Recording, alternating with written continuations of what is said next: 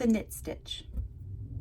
First, I'll show the knit stitch as a picker, also known as a Continental Knitter.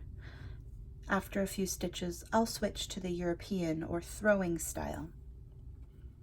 Slide your stitches up to the tip of the needle, but make sure that you tension your stitches on the barrel of the needle. This will prevent them from getting too tight. Insert the needle tip up and toward the back. Wrap the yarn from underneath over the top of the needle tip and glide it through the stitch. Then pull that stitch off. Repeat. Needle tip goes up into the back. I'm using my thumb to stabilize as I wrap. You can ignore your tail.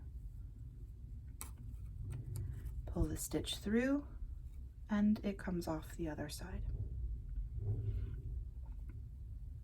Up into the back, stabilize, wrap, pull it through and off. One more time.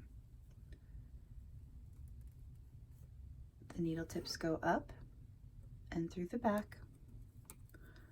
I wrap, I pull through, and it comes off. Now, for our throwers. Tension the yarn in your right hand. Needle tip goes through the loop. I stabilize with my left hand. The yarn goes behind and toward the center and pull off. Needle tip goes up and through toward the back. Stabilize with my left hand. Wrap with my right hand. Pull through and off. You can see I'm working the stitches toward the end of the needle tip.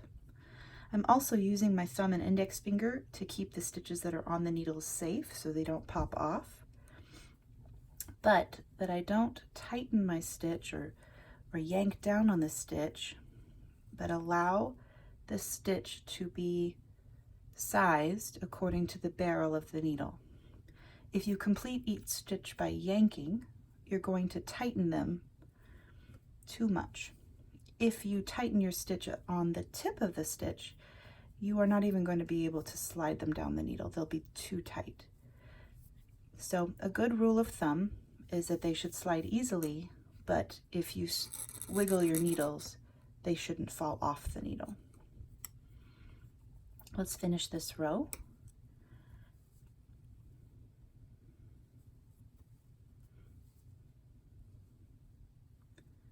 Needle tip goes through the loop, up and toward the back. I wrap all the way around and pull through. Next stitch, the last stitch, wrap, pull through, stitch comes off the left needle.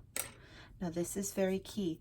When you finish a row and you go to work the next row, make sure that you take your working yarn and wrap it counterclockwise to the back. You should be able to see this bump of yarn here. That's called the purl bump. It's the back of the stitch that we just knit. So when you go to knit the first stitch of your new row, you're going to insert your needle tip to the left of and in front of this purl bump. If you wrap your yarn clockwise around and to the back, what happens is you've pulled the head of the stitch to the left, creating what looks like two stitches. And that's how our work grows unintentionally. So if you find that your stitches are increasing in number by one every row, this is probably what you're doing. You need to make sure that your yarn goes counterclockwise to the back, and you look for the head of the stitch, that's the purl bump of the stitch that you made in the row before, and you'll work to the left of it or in front of it as you work the next row.